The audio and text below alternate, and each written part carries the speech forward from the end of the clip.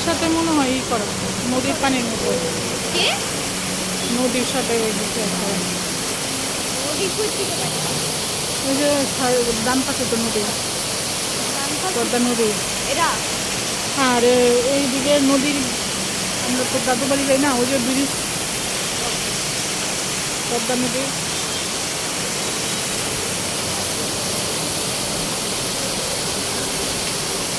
এদিক থেকে দাদু বাড়ি যাওয়া আরো সহজ।